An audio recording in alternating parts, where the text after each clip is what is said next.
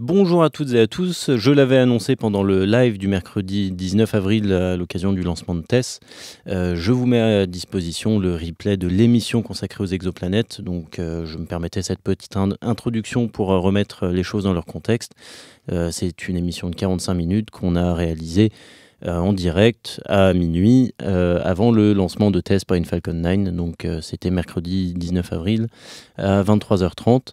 Il faut le prendre dans ce cadre. J'en profite pour vous demander votre aide parce que c'est un format d'émission qui moi me plaît. Il a encore des imperfections et peut largement être amélioré, ce que j'espère bien faire parce que j'aimerais réitérer ce format. Pour les prochains lives, j'aurais juste besoin d'un nom en fait pour cette émission. Je ne sais pas comment appeler ces entretiens avant les vols.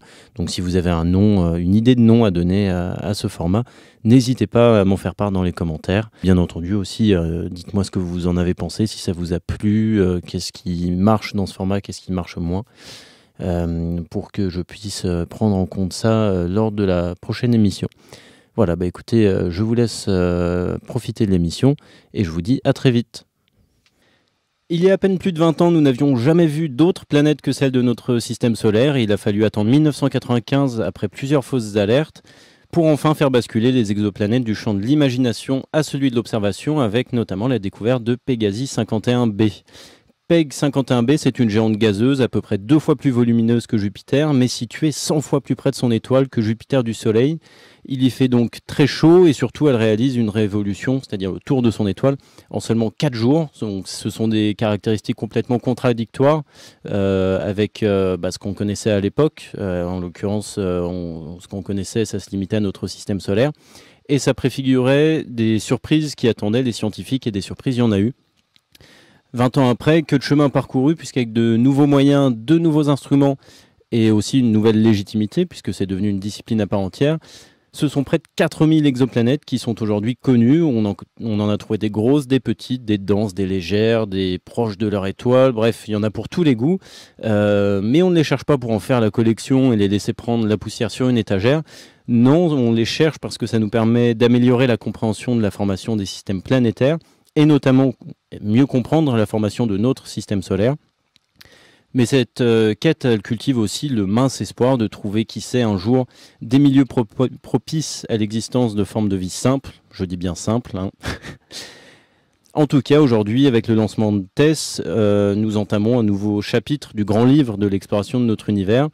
Un chapitre au cours duquel le satellite scrutera plus de 500 000 étoiles pour détecter des milliers de nouvelles planètes. Et on peut notamment espérer en détecter quelques centaines assez similaires à notre bonne vieille Terre. Attention, quand je dis Terre, des exoplanètes oula, je m'embrouille.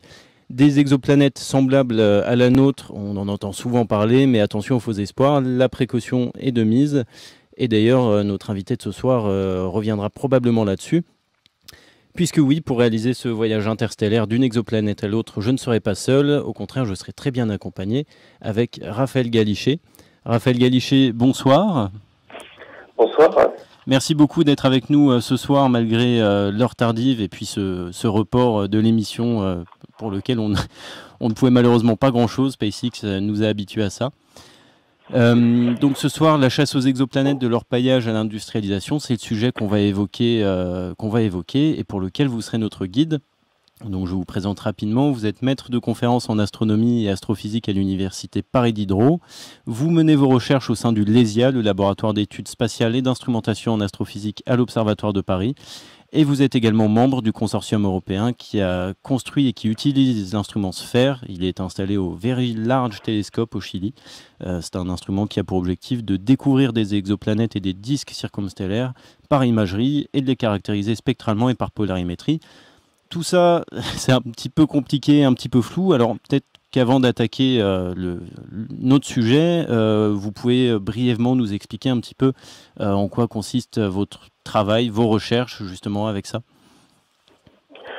Alors, mon travail de recherche consiste, comme vous l'avez dit, à chercher des planètes extrasolaires ou exoplanètes, c'est la même chose.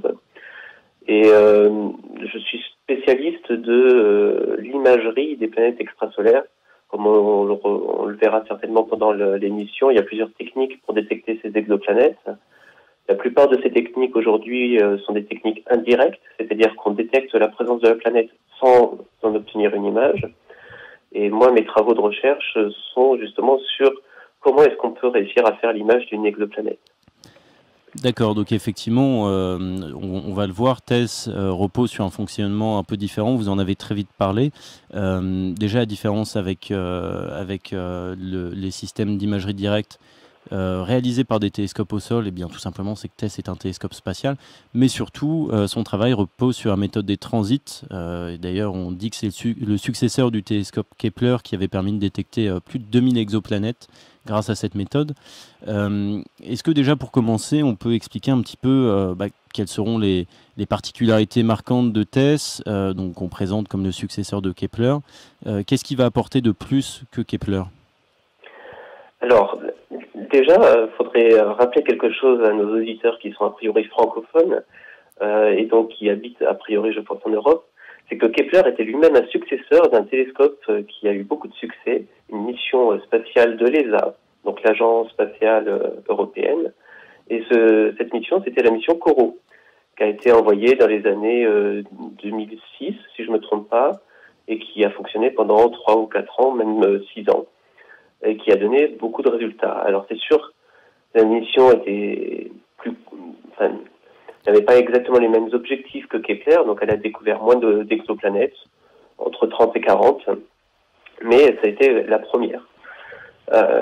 Donc moi, je tenais vraiment à le dire parce que c'est vrai que c'est quelque chose qu'on ne voit dans aucun des articles qui ont été publiés dans les grands journaux nationaux, ce qui est un petit peu dommage. Surtout que la France était très impliquée, il me semble. Et surtout que la France et l'Observatoire de Paris étaient très impliqués dans ces données. Et d'ailleurs, même si la mission est terminée, l'enregistrement de données est terminé depuis 2012, si je me souviens bien, il y a encore des gens qui travaillent sur les données qui ont été enregistrées pour essayer de détecter dans les signaux qui ont été enregistrés la présence d'exoplanètes. Ensuite, effectivement, Kepler a permis de détecter de nombreuses exoplanètes, et donc environ 2000, 2300, si je me souviens bien. Et TESS va observer beaucoup plus d'étoiles, comme vous l'avez dit tout à l'heure, plusieurs centaines de milliers. Je crois que l'objectif est d'observer 200 000 étoiles dans l'environnement proche du Soleil. Et l'objectif sera de détecter entre 20 000 exoplanètes de type Jupiter, donc des géantes gazeuses, et 1600 exoplanètes de type rocheuse ou tellurique, c'est-à-dire qui auraient un rayon inférieur à 2 fois celui de la Terre. Et une différence aussi avec Kepler, donc, qui avait découvert plusieurs milliers d'exoplanètes, c'est que Kepler, on le sait, regardait une toute petite portion du ciel, mais elle est restée très longtemps et elle pouvait notamment voir, il pouvait voir très loin, entre guillemets, il pouvait détecter des exoplanètes à plusieurs milliers de parsecs, si je ne dis pas de bêtises. TESS va fonctionner de la même manière en fixant un seul point du ciel, ou est-ce que ça repose sur une autre stratégie? Alors non, TESS va observer quasiment tout le ciel, si je ne me trompe pas, en l'espace de 2 ans de mission. C'est-à-dire que pendant une année, TESS va observer le ciel de l'hémisphère nord, et pendant l'année suivante, il va observer le ciel de l'hémisphère sud. Et il va réussir à observer des étoiles, donc comme je le disais tout à l'heure, des étoiles brillantes. Donc ce sont des étoiles qui sont proches du Soleil. C'est pas que ce sont des étoiles qui émettent beaucoup plus de lumière que celles qui ont été observées par les autres missions comme Kepler ou COROT, mais ce sont des étoiles qui sont plus proches de nous. Donc forcément, on reçoit plus de lumière et elles nous paraissent plus brillantes. D'accord. Et donc effectivement, la différence du coup avec Kepler, c'est que il va regarder moins loin, mais pour trouver quand même beaucoup d'exoplanètes, il va regarder pour le coup une plus grande partie du ciel. Vous l'avez dit, il va commencer par l'hémisphère nord. D'ailleurs, ceux qui regardent la vidéo peuvent le voir en ce moment. Il va commencer à scruter l'hémisphère nord, puis l'hémisphère sud, en découpant ces zones par tranches d'observation. Donc à chaque fois 4 carrés d'observation, et pour chaque bande, il restera 28 jours dessus. Du coup, ce programme, il va apporter de nouvelles informations par rapport à Kepler, par rapport à Corot. Quelles sont les motivations, si je puis dire, qui ont poussé à la réalisation de ce programme? Quel est l'objectif? C'est-à-dire que depuis quelques années, on a découvert pas mal de choses en lien avec les exoplanètes. Notamment, on a découvert qu'on avait beaucoup de choses encore à apprendre. Qu'est-ce qui était prioritaire dans ce qu'on voulait découvrir et qui justifie l'envoi de Kepler, justement? De TESS. Oui, de TESS. L'objectif annoncé de TESS, c'est de chercher des planètes rocheuses qui seraient proches du système solaire. Bien sûr, qui orbiteraient autour d'une autre étoile, mais qui seraient dans le voisinage du Soleil. Ça, c'est l'objectif annoncé. Il faut bien lire entre les lignes.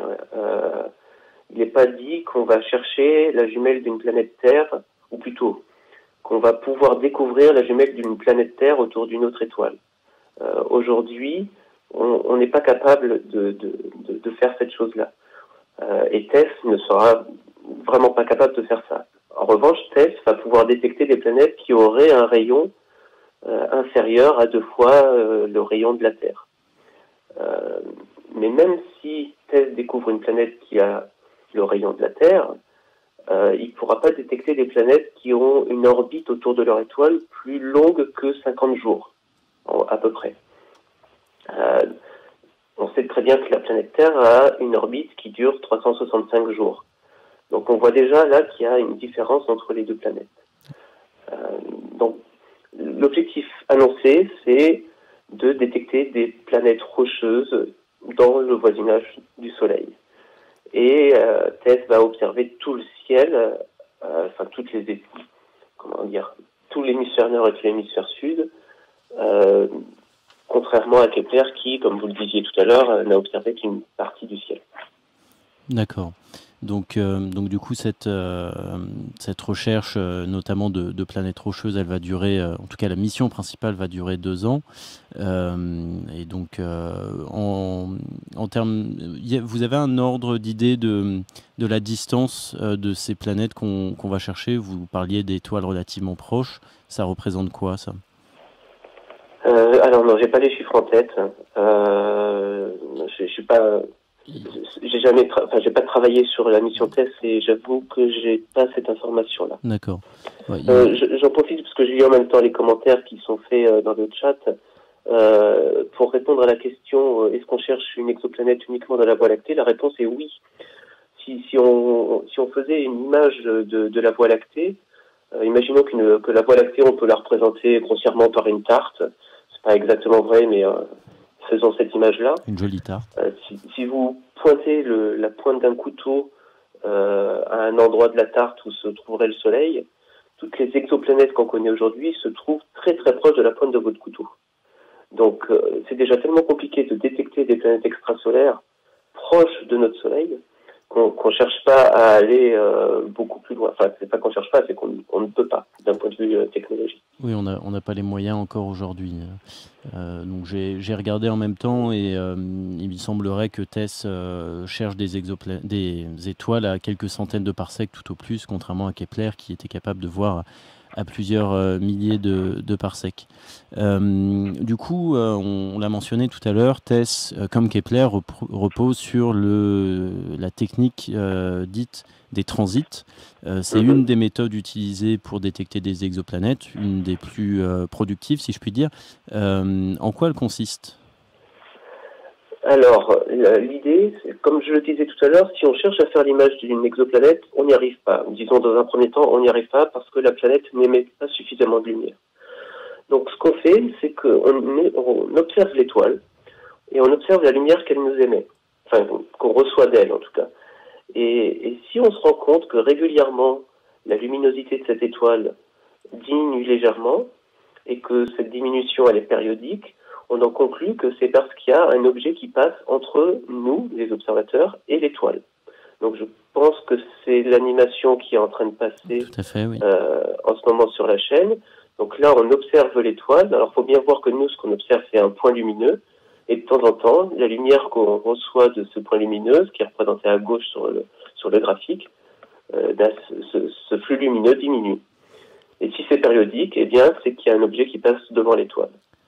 Et à partir de la profondeur de cette diminution, enfin du taux de lumière masqué par l'objet qui passe devant l'étoile, on est capable d'estimer le rayon de l'objet qui passe devant l'étoile.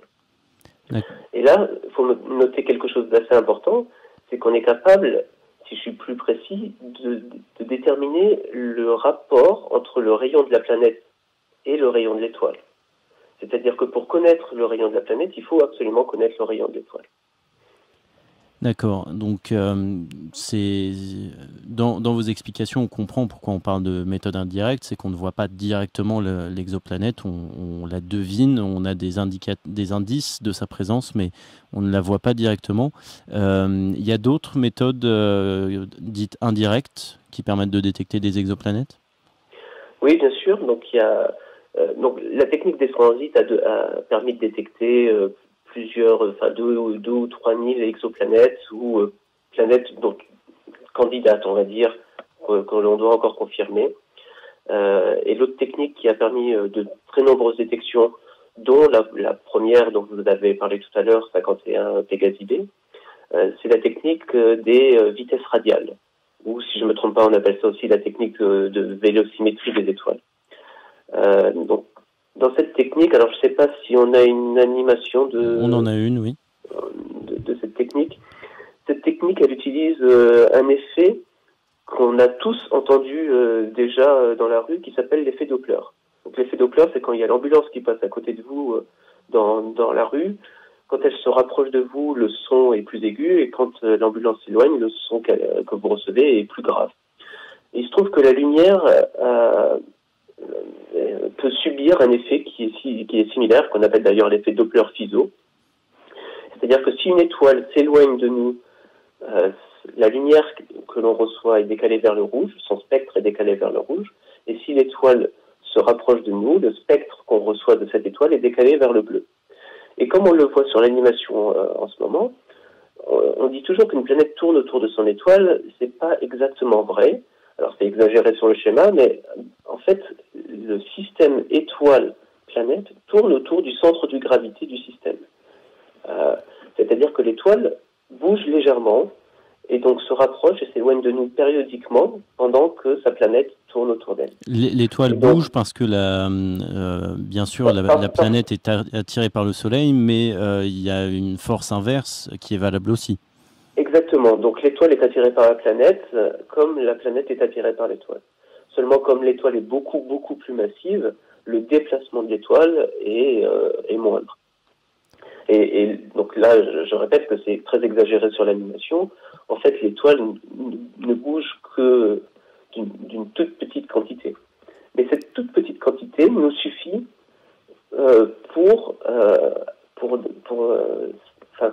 disons que l'étoile bouge suffisamment pour que sa vitesse de rapprochement et d'éloignement à l'observateur soit mesurable, et c'est comme ça qu'on détecte des exoplanètes. Alors pour vous donner une idée, Jupiter, si je considère Jupiter qui tourne autour de notre Soleil, le Soleil bouge d'à peu près 10 mètres par seconde à cause de Jupiter. 10 mètres par seconde, c'est environ 40 km/h. Voilà, c'est en gros la vitesse de pointe de Usain Bolt quand il courait le 100 mètres. Ce qui n'est pas énorme quand on réfléchit à l'échelle de la galaxie. C'est pas énorme et c'est d'autant plus compliqué à mesurer que, comme vous le voyez sur l'animation, le Soleil fait un tour de son orbite pendant que la planète fait un tour du Soleil. C'est-à-dire que si je considère Jupiter, le temps sur lequel je dois faire la mesure de vitesse de rapprochement et d'éloignement de l'étoile, ce sera le temps de l'orbite de Jupiter, c'est-à-dire à peu près 12 ans. Ce qui explique, c'est ce qu'on appelle un biais observationnel, ce qui explique en partie pourquoi parmi les milliers d'exoplanètes qu'on a détectées par des méthodes indirectes, la plupart d'entre elles ont une période de révolution extrêmement courte, puisque effectivement tout à l'heure vous le disiez, la Terre tourne autour de son étoile en 365 jours, mais la majorité des planètes qu'on a trouvées, elles font le tour de leur étoile en quoi? En une trentaine de jours, un peu plus, un peu moins? Alors ça va de quelques jours à quelques milliers de jours. Et comme vous venez de le dire, on n'a pas détecté beaucoup de planètes qui ont des périodes orbitales très très grandes. Ça ne veut pas dire qu'il n'y en a pas, c'est juste que nos techniques sont biaisées. On ne peut pas les détecter avec les techniques actuelles. En tout cas, pas avec la technique des vitesses radiales. Pour répondre à une des questions, s'il y a plusieurs planètes, en général, il y en a une qui provoque un mouvement de l'étoile plus important, et donc on soustrait le signal induit par cette planète, et du coup, sur le nouveau signal, on trouve le signal de la planète suivante, et on y va comme ça de proche en proche. D'autre part, la période des planètes autour de leur étoile, la période orbitale, est différente. Donc, même si j'ai deux planètes de type Jupiter, mais il y en a une qui a une période orbitale de 12 ans et l'autre une période orbitale de 5 ans, donc à deux distances différentes de l'étoile, je vais être capable de détecter les deux signes. D'accord. Et donc là, vous nous avez parlé de deux méthodes indirectes. Il y en a d'autres qui ont permis là, ces deux-là, les vitesses radiales et la détection de transit, ont permis de découvrir la plus grosse proportion des exoplanètes qu'on connaît aujourd'hui. Il en existe quelques autres, un peu plus minoritaires, exotiques, si je puis dire. Mais déjà, le fait d'avoir plusieurs méthodes, pourquoi est-ce qu'on va utiliser une méthode plutôt qu'une autre, ou est-ce que ça a un intérêt, en tout cas, d'utiliser une méthode plutôt qu'une autre? Alors oui, parce que ces méthodes déjà ne permettent pas de détecter des planètes autour des mêmes étoiles. Alors forcément, je vais me contredire aussitôt, puisque les techniques des transits et la technique des vitesses radiales permettent d'observer en gros les mêmes types d'étoiles. Seulement, toutes les planètes ne transitent pas. C'est-à-dire qu'il faut avoir la chance pour que le plan de l'orbite de la planète autour de son étoile corresponde à la ligne de visée quand on regarde cette étoile. Si la planète passe au-dessus ou en dessous de la ligne de visée, on ne verra pas la variation de flux de l'étoile à cause du transit, puisqu'il n'y aura pas de transit. De la même manière, si la planète l'orbite de la planète peut être telle que, par vitesse radiale, l'étoile ne se rapproche et ne s'éloigne jamais de nous. Elle bouge à 90 degrés par rapport à la ligne de vie. Elle est sur un plan perpendiculaire. Ouais. Exactement. Alors maintenant, imaginons qu'on arrive à détecter une planète par transit. Tout à l'heure, je vous ai dit, ça nous permet d'avoir une estimée de son rayon. Donc on a une estimée de son rayon, de sa période orbitale, de son excentricité, donc c'est aussi un paramètre orbital. L'excentricité, c'est ce qui détermine si combien l'orbite est elliptique. D'accord, si c'est un cercle ou si ça fait plus une ellipse autour de l'étoile. Exactement. Mais c'est tout. On n'aura pas accès à sa masse par la technique des transits. En revanche, si on observe avec la technique des vitesses radiales, on aura accès à une estimée de la masse de la planète et de la même manière aux paramètres orbitaux de la planète. Donc toujours pareil, la séparation à l'étoile, la période orbitale et l'excentricité. Et là, on voit tout l'intérêt de réussir à observer la même exoplanète avec les deux techniques, puisque une des techniques donnera le rayon de la planète, l'autre sa masse, et de là on peut en déduire la densité de la planète. Et donc si on a la densité de la planète, on aura une idée de la composition globale de la planète. On pourra dire si c'est plutôt une planète tellurique ou plutôt une planète de type gazeux. Donc une planète tellurique, c'est une planète rocheuse comme l'est la Terre par exemple. Exactement. Ce qui veut pas, on n'aura pas d'informations sur la présence d'une atmosphère, sur la présence d'eau liquide ou quoi que ce soit. Mais on pourra dire que grossièrement, c'est plutôt une planète rocheuse ou plutôt une planète gazeuse. D'accord.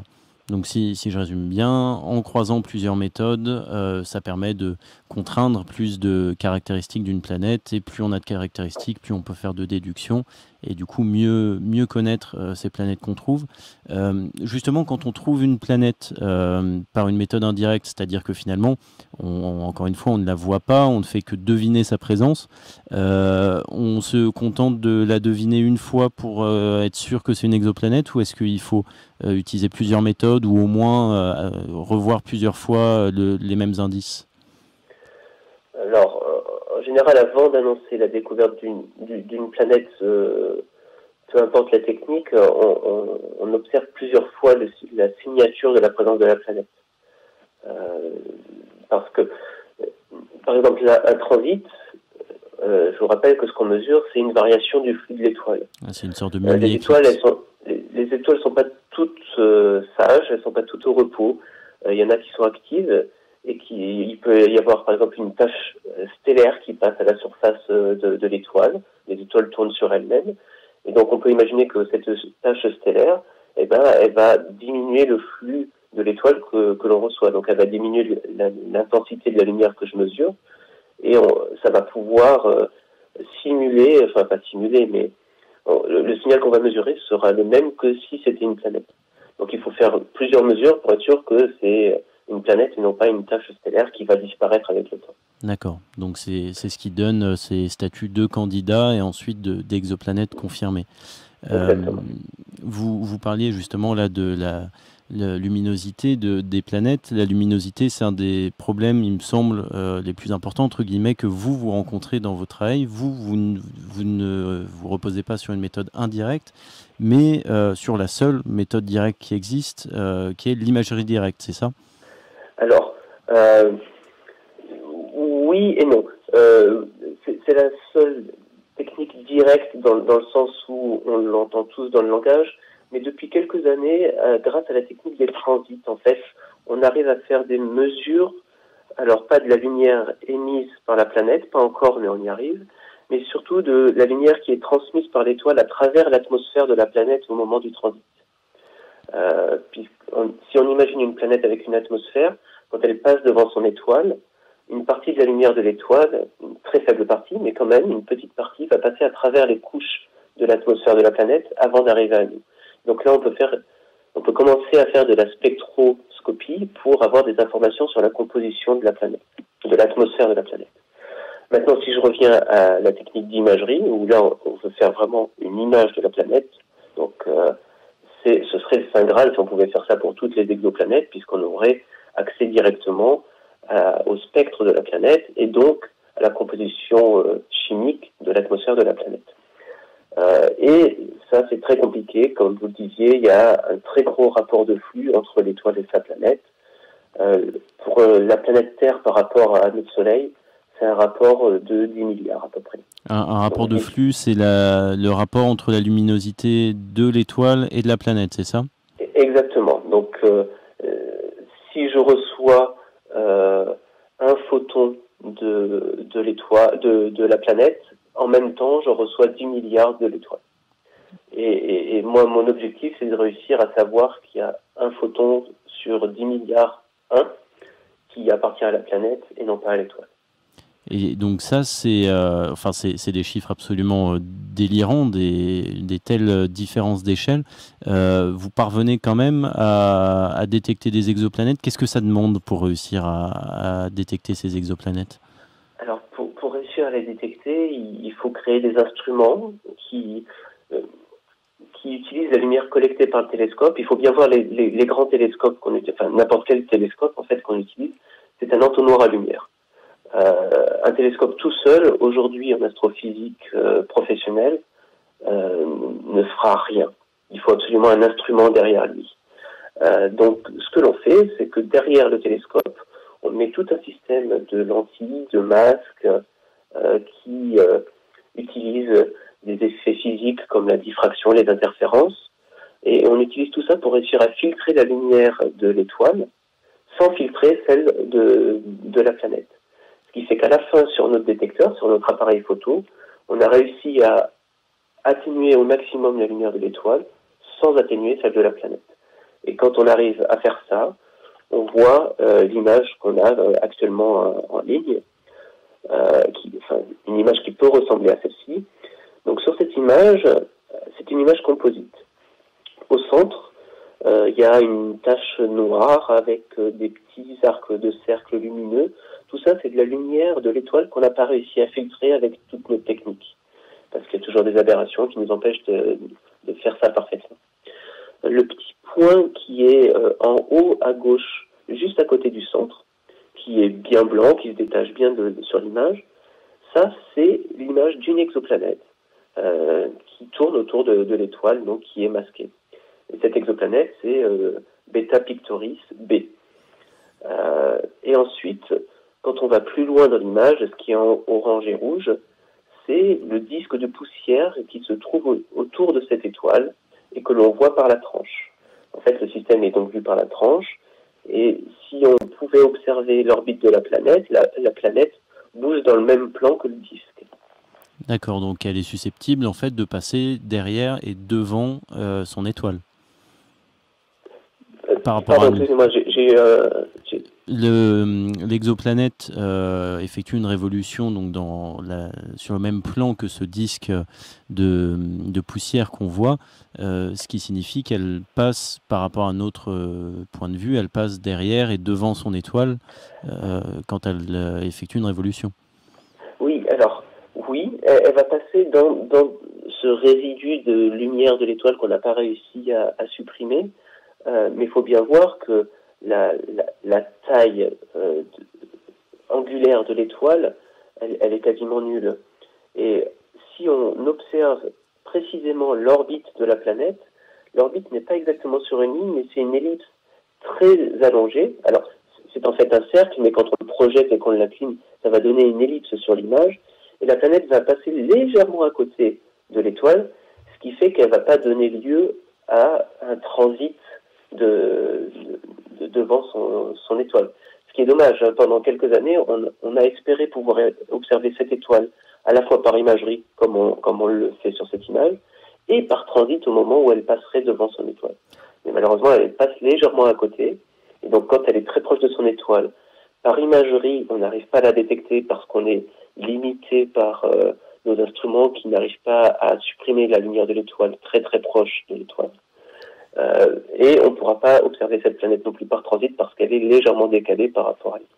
Et justement, ça tombe bien qu'on voit cette image donc, de Beta Pictoris et de Beta Pictoris Beta, c'est ça?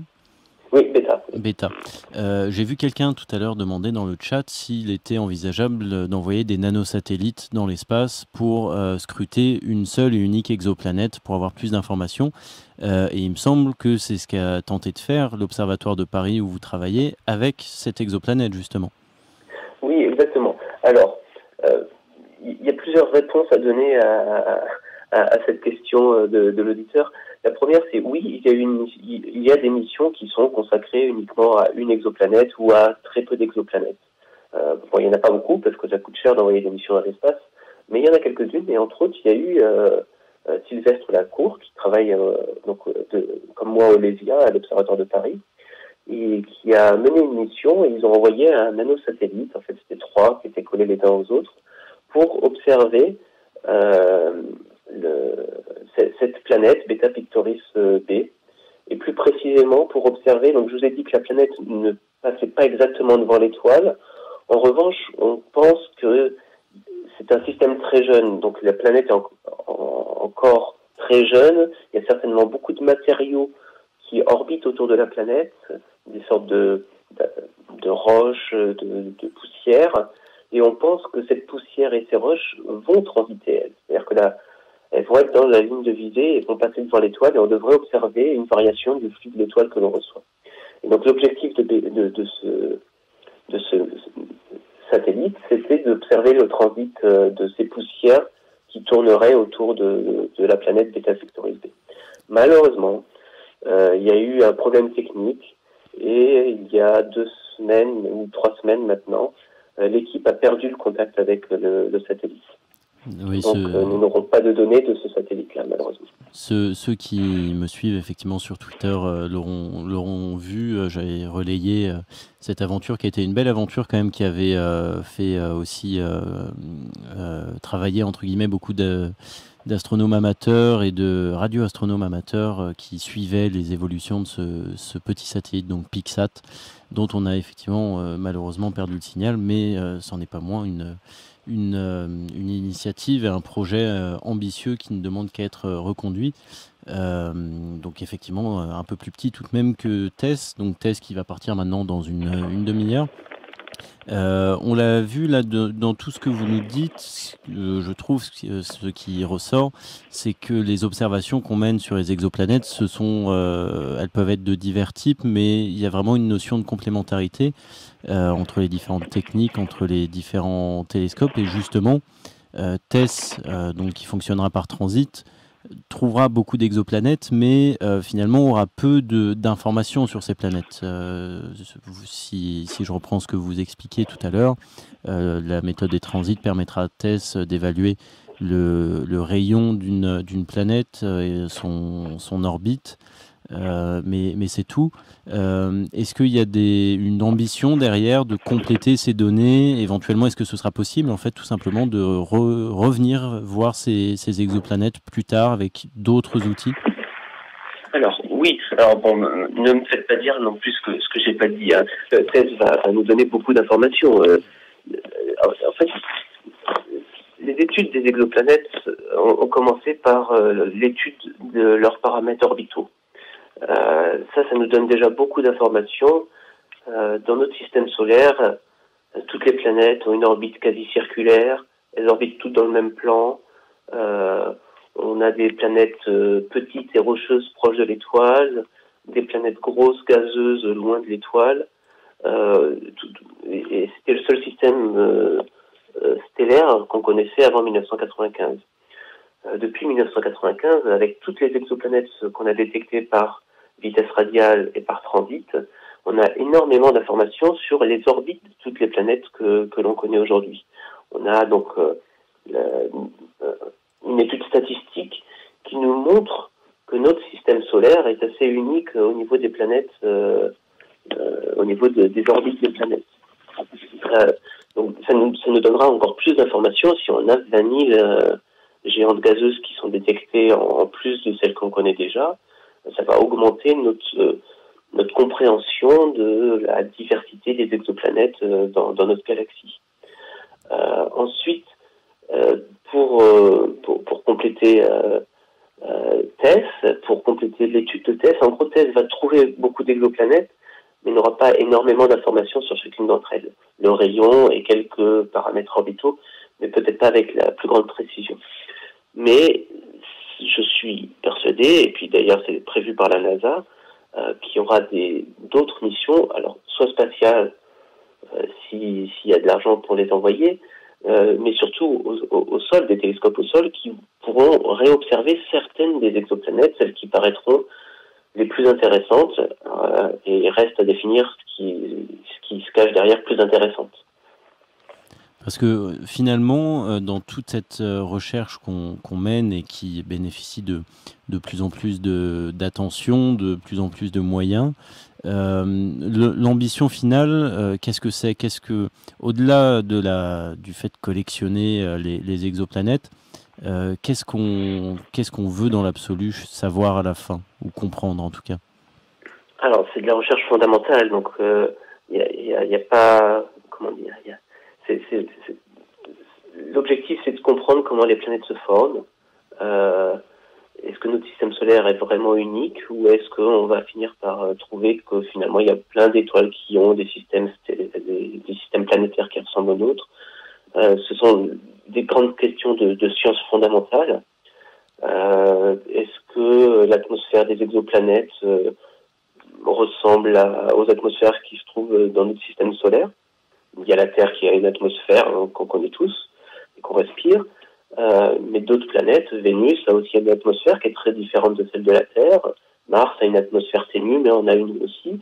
Est-ce qu'on va trouver que des exoplanètes de type tellurique qui ont une atmosphère qui ressemble à Vénus, par exemple, ou est-ce qu'on va trouver d'autres types d'exoplanètes avec d'autres types d'atmosphères encore?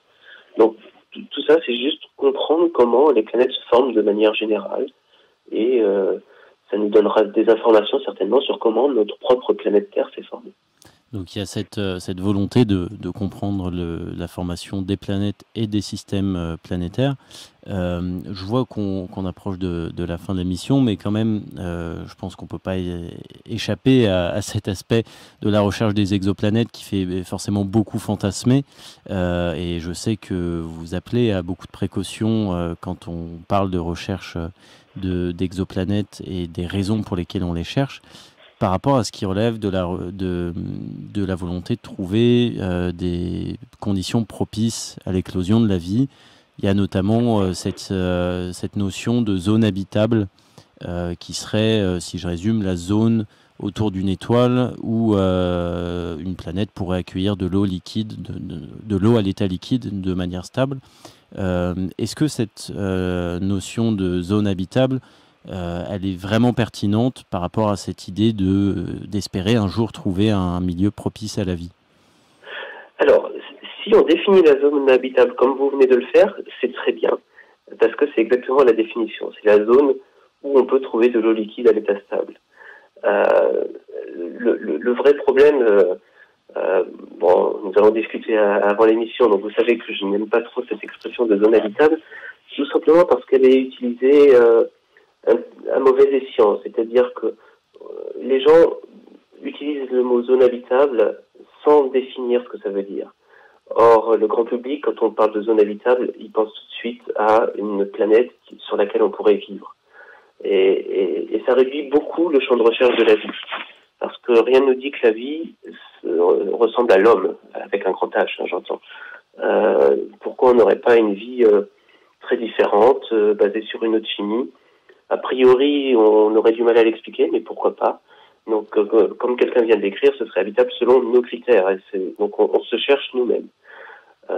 Maintenant, c'est sûr que si on cherche de la vie, c'est très compliqué parce que quand on a, même si on arrive à avoir une image d'une exoplanète, on va pas réussir à résoudre la surface de la planète. On verra juste un point lumineux et on recevra de la lumière d'un point lumineux. Donc la question, c'est comment est-ce qu'on peut faire pour trouver s'il y a de la vie qui nous ressemble? Ce serait déjà une première question. Pour faire ça, il faudrait avoir un argument, par exemple la présence de plusieurs molécules dans l'atmosphère qu'on aurait définies en étudiant notre propre planète Terre. Et on se dirait que si on a toutes ces molécules en même temps dans une atmosphère, c'est très certainement parce qu'il y a des êtres vivants qui nous ressemblent, qui ont modifié leur atmosphère et qui ont provoqué la présence de ces molécules. Mais c'est une question extrêmement compliquée. C'est-à-dire que juste en observant la lumière émise par la Terre et réfléchie par la Lune, on n'arrive pas à trouver la vie. On n'arrive pas à trouver des marqueurs qui prouvent qu'on est sur la Terre. Depuis la Lune, on est incapable si un extraterrestre décidait de s'installer sur la Lune, avec les moyens que nous avons aujourd'hui, il serait incapable de dire s'il y a de la vie sur Terre. Imaginez qu'on observe la Lune pendant une éclipse de Lune. Donc la Lune ne reçoit pas de lumière du Soleil. Et donc la seule lumière qu'on reçoit de la Lune, c'est la lumière que la Terre envoie sur la Lune et qui revient sur la Terre. D'accord. Et donc si j'étudie cette lumière, qui est donc de la lumière émise par la Terre, réfléchie par la Lune et qui revient sur la Terre, et si je regarde le spectre avec une très haute définition, eh ben, je ne suis pas capable de savoir s'il y a de la vie qui ressemble à nous sur la planète Terre. Et simplement pour finir là-dessus, quand on parle de vie qui nous ressemble, qu'est-ce que ça veut dire? Ça veut dire quelqu'un qui se tient debout, qui a deux bras, deux jambes, ou c'est une autre idée qui se cache derrière ça? Alors que je lis le chat un peu en diagonale, un poisson, c'est de la vie comme nous, hein, à notre échelle. Si on détecte des poissons, on a détecté de la vie qui nous ressemble. D'accord, c'est par rapport à notre constitution moléculaire. Pardon ? Quand on parle de vie qui nous ressemble, c'est une vie qui repose sur les mêmes constituants moléculaires. Voilà, et puis sur les mêmes cycles de respiration, sur la même chimie. Donc nous, on est beaucoup sur la chimie du carbone. Donc ce serait rechercher ce type de vie-là. D'accord. Je vois qu'on a bien avancé, on va conclure là-dessus. Simplement, vous, pour sortir un petit peu du domaine de l'explication scientifique et parler un peu plus de vous, de votre regard sur la recherche, est-ce que vous êtes optimiste par rapport à la période à venir ou est-ce que vous restez dans un scepticisme scientifique entier? Au niveau de la recherche de la vie, vous voulez dire? Non, de la recherche des exoplanètes dans leur ensemble. Ah, c'est un domaine très jeune, donc bon, j'ai aucune idée de l'âge des auditeurs, mais sachez que 1995 c'était hier, donc au niveau de la science c'est extrêmement jeune.